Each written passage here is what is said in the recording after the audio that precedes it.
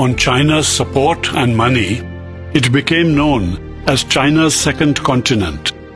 The West took Africa's natural resources but left her poor. Now, with China's massive support, African economies started to grow. With Chinese money came Chinese infrastructure projects, China's oil purchases, and China's armament sales.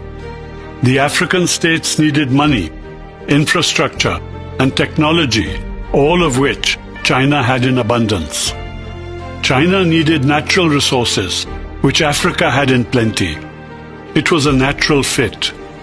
Best of all, China did not interfere in the domestic affairs of African states, unlike the US, which had punished them with democracy. The countries that most benefited from their relationship with China were Angola, South Africa, Nigeria, Ethiopia, and Rwanda.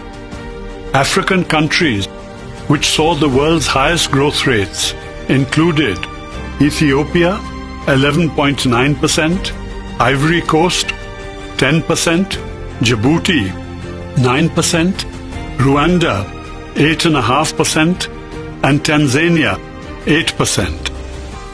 Cecil Rhodes was an imperialist tycoon who dominated African business in the 19th century. He died leaving a fortune of £6 million, equivalent to $1 billion in today's currency. Sam Pa is the new Cecil Rhodes, a small Chinese man with a goatee beard who controls the 88 Queensway Group, named after its headquarters in Hong Kong. He is reputed to have paid over $20 billion to unstable African dictators and is himself on the US sanctions list. He has intimate relations with former presidents Dos Santos, Mugabe, Hugo Chavez, and de Kirchner of Argentina. His companies, China Sonangol and China International Funds, have spread their tentacles all over Africa and beyond.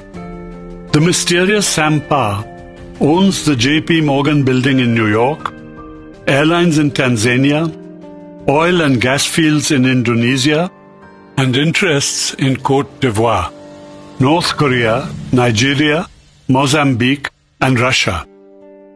His companies dominate the oil industry in Angola, which exports more oil to China than Kuwait and the UAE combined. Rwanda is best remembered for its 100 days of slaughter when Hutus killed 800,000 Tutsis in a rampage of genocide. Today, under Paul Kagame, the brilliant Tutsi general who emerged as leader, Rwanda is the star practitioner of the China Way in Africa. Rwanda has been called the Singapore of Africa, with the least corruption, security of life and property, the cleanest cities, and the most business-friendly government. Like Lee's Singapore, Kagame runs a police state, rejects Western notions of democracy, and prefers to follow the Chinese government principles of merit and stability to ensure fast progress. And it has worked.